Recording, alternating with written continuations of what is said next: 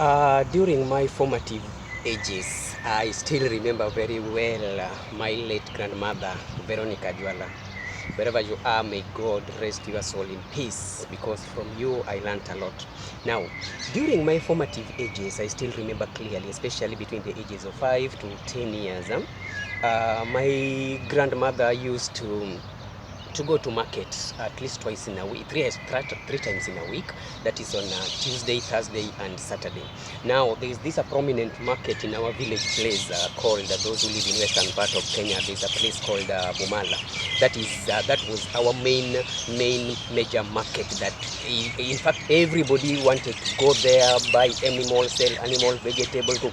Whenever our shosho went to such market, we were like, today we are no longer going to eat only greens, at least there might be something so smart in it. So we were full of expectations, we were full of happiness, and we could do everything possible, take care of the animals, take them to water, prepare home, clean the utensils, so that by the time grandmother comes back, at least we'll be appraised, she will be happy, and she will even cook us a delicious meal, and will really appreciate that day. Every Saturday, that is Bumala market, a very wonderful market. Now, as a person, as an individual, as a child, let children be children, that's what we say. But I had a unique character. And this character was a character of performance jealousy, In school, I call it academic jealousy, whereby when someone passes or does well in exam, you feel like, why not me? There's something wrong with me. How comes I'm doing a lot of work, I'm reading, but not being appreciated, or I'm not passing the exam? So I was a child of such a character. So meaning that on Saturday, when our grandmother goes to the market, I will do everything possible so that when she comes back, I'll be the one to be appraised, maybe given some donuts. We could call them kangumu, them, the Kenyans, or East African community, them. Kangumu is a donut like wheat baked, how do you call it, spices or something like that, wheat baked snacks, which was very hard. It was really meant for children, so that when you give them, they don't finish it up very quickly. It was hard to chew, hard to crack, and something like that. It's called a donut, kangumu, something like that. So we would do everything possible so that when Nyanya comes back, I receive those things. So I was of such a character. I will want good things for myself. I will be the one who wants to be in front, I will be the one to be appreciated first. I will be the one who wants to be on top of everything. That kind of academic jealousy, of performance jealousy, whereby you are the one who wants to be on top there. That was a unique character with me. And because of that, as I was growing by, I found myself getting isolated by people. When the young ones will go to play footballs and do that, I'll be quiet somewhere under the tree doing the best thing, waiting for that appreciation. You see, now that's a unique character. Now, this period that my grandmother tested me, and I think she wanted to teach me a serious lesson that up to now is still running into my blood. One day from the market on a Saturday, after coming back late in the evening, she prepared the normal delicious meal. But on top of that, she prepared, by then I don't know whether the other granddaughters were or grandchildren were, but I remember we were with her alone during that weekend. So she prepared two plates, In one bowl, there was this green vegetable, well cooked and all that, but at least with soup, meat soup. It was very difficult to come across meat by then. It was we only used to enjoy it during Christmas. So she prepared the two bowls, and in one bowl there was a piece of meat, a very good piece of meat, the steak one, on top of the bowl. Then the other one had nothing but only the vegetable and the soup. So quickly, as hurry as I am, and I want to be the top one, I hurried and picked the bowl. As the eating was going on, I realized that her bowl that was having nothing on top, at the bottom, actually had 3 pieces of meat. So I started criticizing myself. I was like, how did I make such a kind of mistake? I should have waited or picked the other one and all that. But she told me, my grandson, that is how life is. If you rush in making decisions because of the outside appearances, most time you end up making mistake.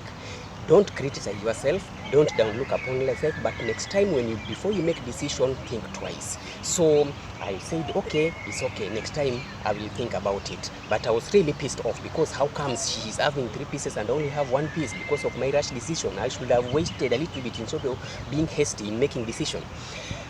The following Saturday, she came back again, the normal expectation, happiness and everything. I've done everything, just waiting for the meal. She prepared again the 2 bowls of meal, or 2 bowls of soup. The other bowl now had a piece of meat and the other one had nothing on top as usual. This time around I was very smart. I told her, Nyanya, you want to joke with me, eh?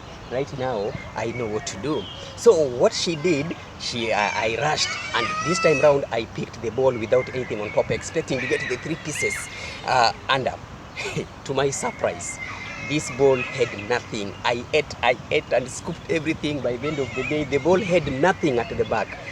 Her bowl with 1 meat on top, at the bottom had some 3 pieces. So meaning she had the 4 pieces by herself. Again, I cried and I was like, what are these nonsense? What is happening like this? How I wish I could have chosen the other one. At least I would be having 4 pieces by myself. Now what is this?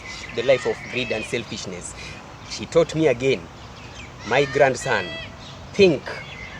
Don't make decision in relating to experiences. Last time you experienced the same and you thought this time you will be smart. I changed this thing because I knew you will make decision relating to your experiences. Let your experiences just be lessons, but don't base your current decision on what you experienced last. These things, they come, some of them are disguised, some of these experiences are just showing you the way to go, some of these experiences are painted in such a way that should push you forward, but they don't actually mean what they are supposed to be meaning. So next time you make decision, think about that. The first decision you made, you were like judging, because you picked a bowl with a piece of meat on top of it. This relates to judging of people. Don't judge people, don't take advantage of people, and mostly when you take advantage of people, you end up losing. So that's why this time around I changed it. Again, I was like, what the hell? Okay, I was like, next time, okay. The third Saturday, Shosho again came back, grandmother came back. She prepared again the 2 bowls of soup and these vegetables, Now, this time round, I was like, the first one I picked with the meat on top. At the end, I lost. The second one, there was no meat. I lost totally everything. This time round, now I turned to her and told her, Nyanya, you know what? You are the breadwinner in this family. You are the person who prepared this meal. You are the person who provided for us. You are the person who walked to the market and coming back to help us. It means that you are the general decision maker and the compass, like a direction giver in this family. You know everything and your wisdom escalates everything. So this time round, you tell me what to pick, or pick for me. I will pick whatever you have left, or I will pick what you have given me. Shosho went down, picked the bowl and gave me. When I ate, I'm telling you, at the bottom of that bowl, I got in fact 3 pieces of meat, the bigger ones even than before. Then she told me the third lesson. That is how life is. Whenever you put your greed down, you put your selfishness down, you put your urge down, you put your vision down, and you remember others, you appreciate others, you give others how their way, then you follow back, most good things come to you. That is how life is. It's a reflector of what you give out. If you shout out, I love you, you get back, I love you. If you shout out, I hate you, you get back, I hate you. It's like an echo. That voice that you voice is what you get back. You cannot give the wrong thing expecting the good thing. You cannot plant a rotten seed expecting a very fertile, good product or good germinated seed. No, whatever you plant, that is what you sow, and that's how life is. Those 3 lessons I learned from my grandmother still runs my life up to now.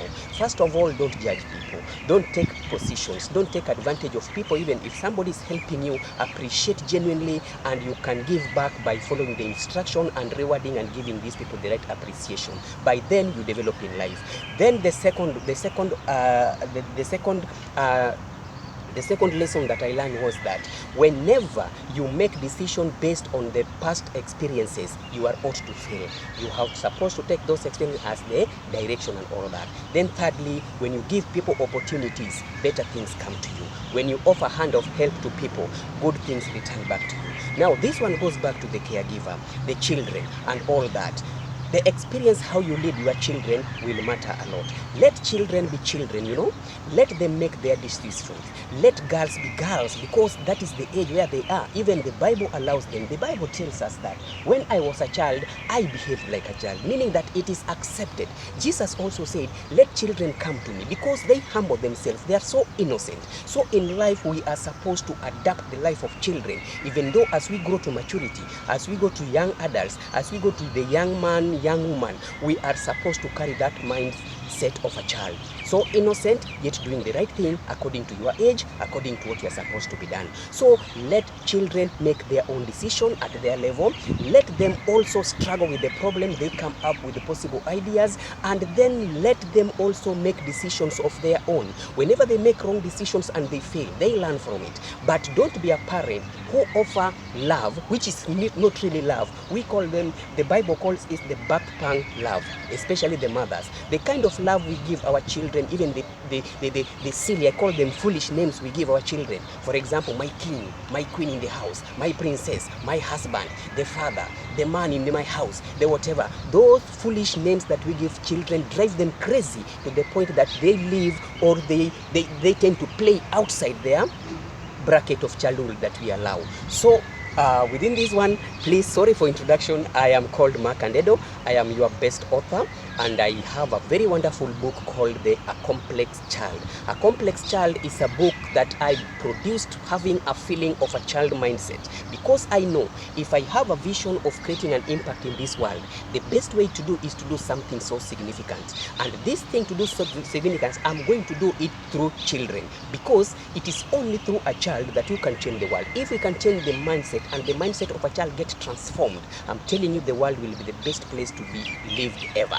You will never want to go somewhere else apart from living in this world. So that is my dimension, and that's my physical. So I am the producer of that book, and today I want to talk to the parents, I want to talk to the caregivers, I want to talk to the elder siblings, I want to talk to the mature friends, I want to talk to my mature employees, and those people who are at least a role model to someone. The good thing with life is always that when you are somewhere, you are never alone. There are a group of people who are ahead of you, and there are a group of people who are behind you. So for those who are ahead of you, you are looking forward, you are looking up to them, and those who are back or at the back or behind you, they are looking up to you, they are looking forward to meet you. So it means that each and every person in this world, you have a role to play, and that is what I'm here now to do it. Please, if you are watching me for the first time, visit my Facebook page, Common Sense Isn't Common, my Facebook account, Andedo Mark, and then YouTube. Please support my page by subscribing. YouTube is called Andedo Mark.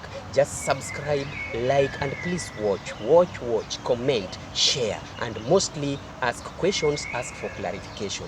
I do a lot of research. I'm ready here to bring very fertile content so that all of us will feel satisfied. If the video is so beneficial, don't be selfish and learn. Now, very quickly, let me see. As a parent, I've told you gradually that giving children choices help them feel like they have some power, they have some responsibilities. And again, having them fail, making them fail, make them know or learn what can work when applied and what cannot work. So don't be a person who supports child 100%. Let them cry if it is to cry. Let them shout if it is to shout. When they ask for $100, give them 50.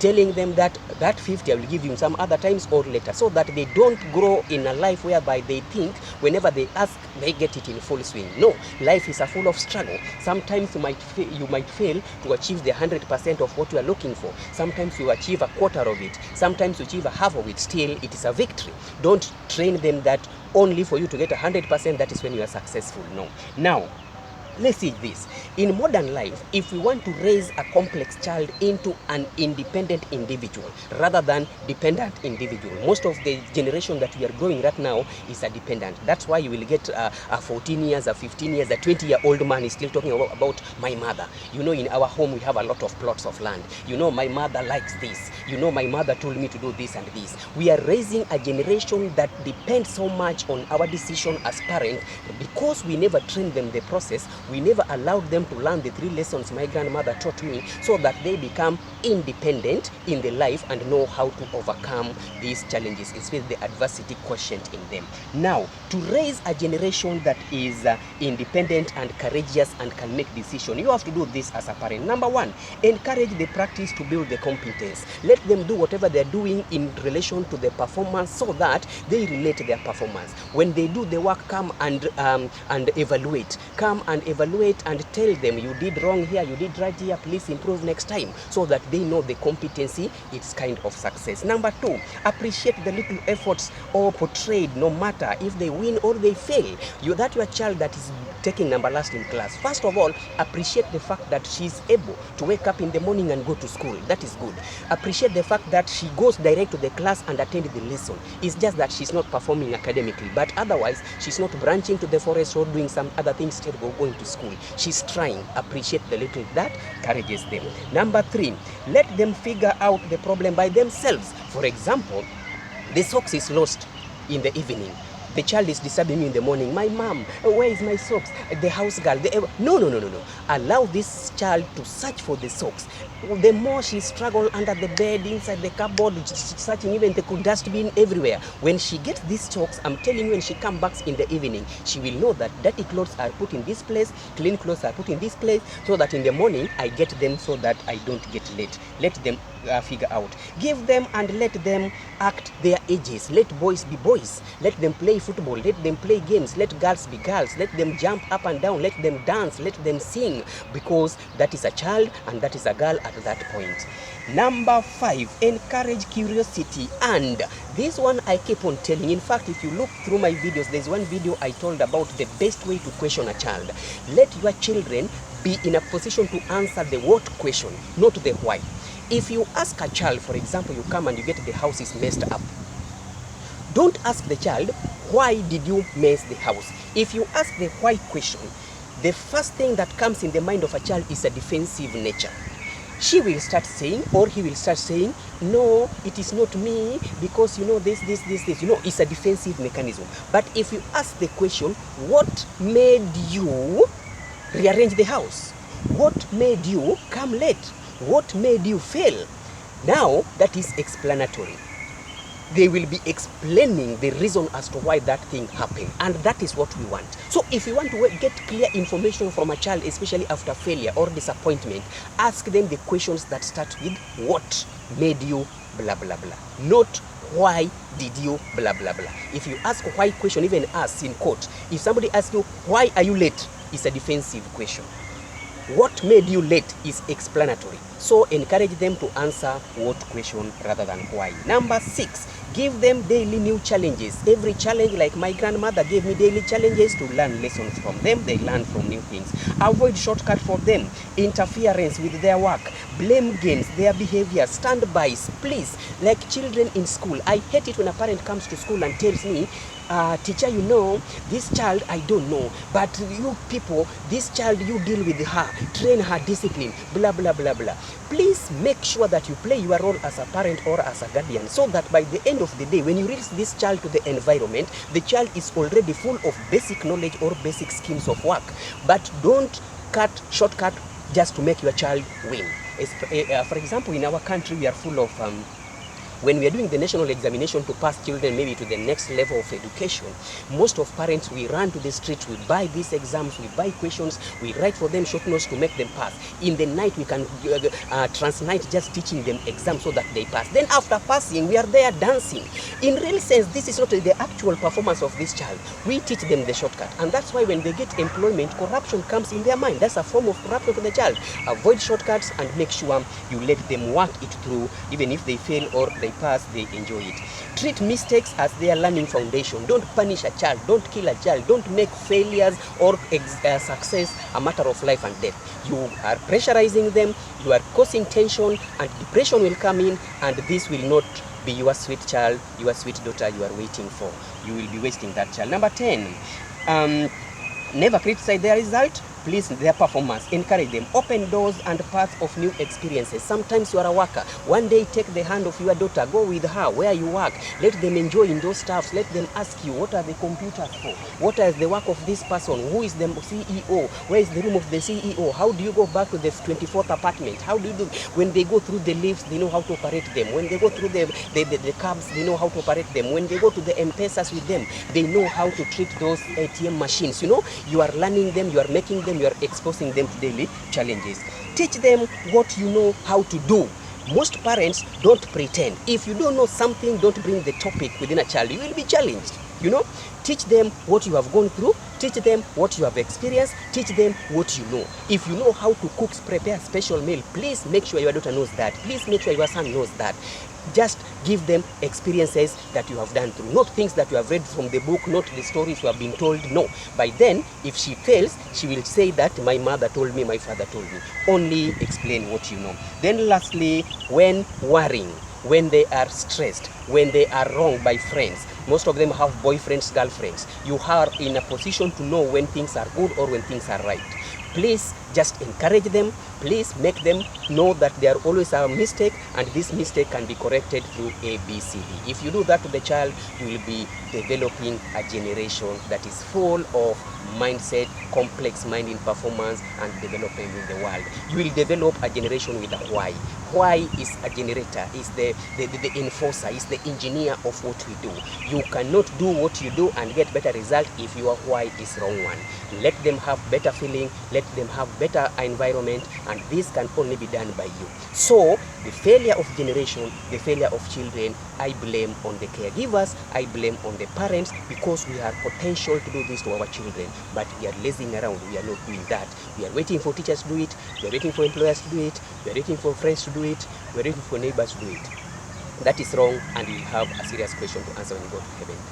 I am your tutor, Mark Andedo, your best author, a book, wonderful book, selling so good, called A Complex Child, raising a complex child in a complex society. See you next time. Please remember to subscribe my YouTube channel. Thank you.